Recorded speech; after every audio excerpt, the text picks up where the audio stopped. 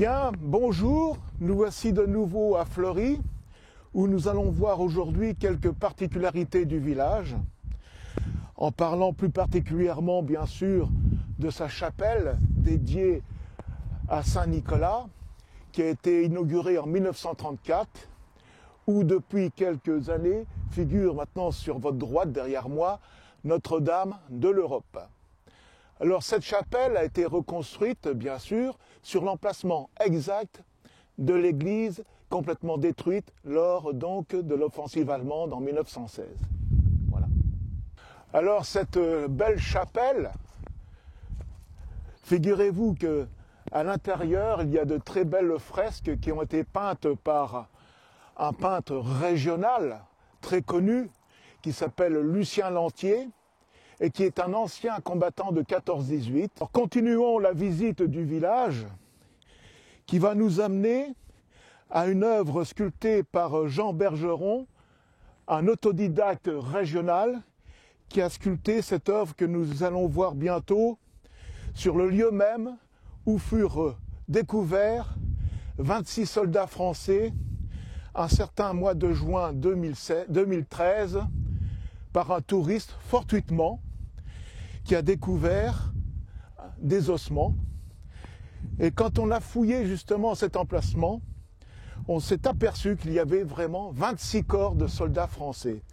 Sur ces 26 corps, 7 furent identifiés.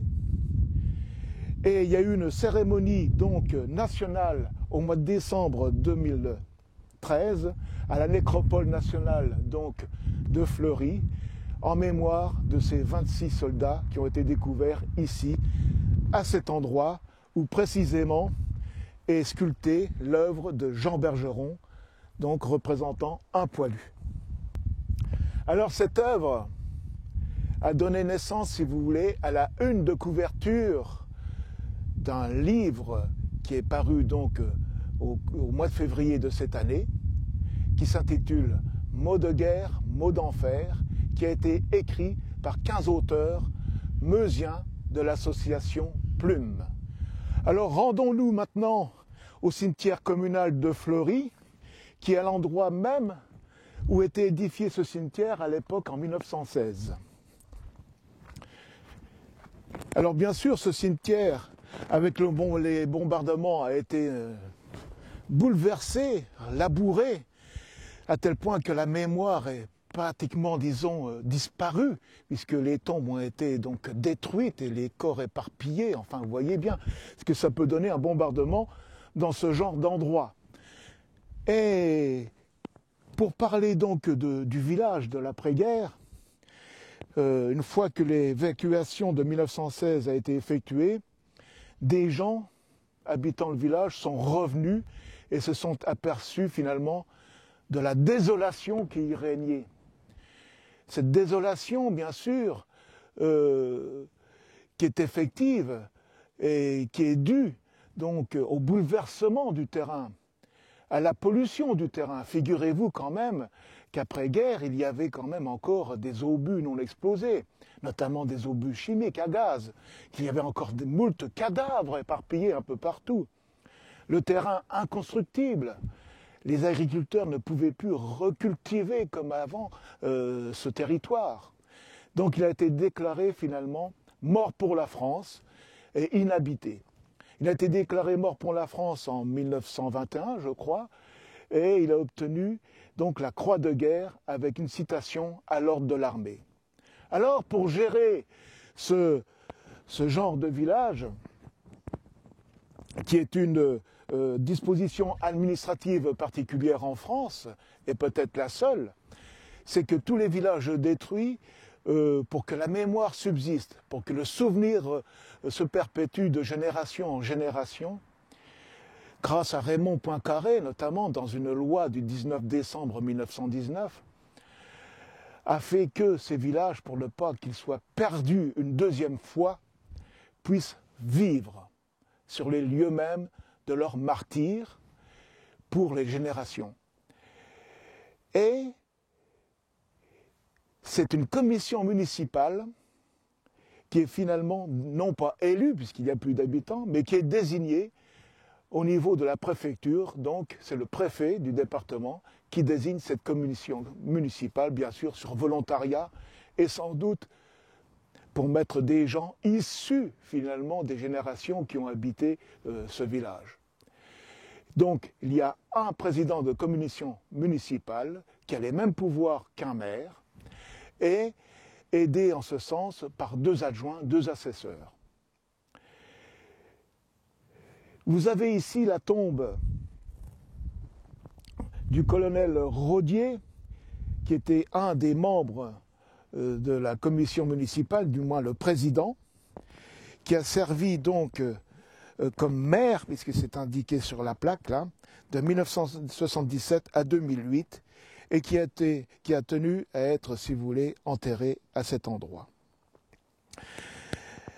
Son successeur, c'est M.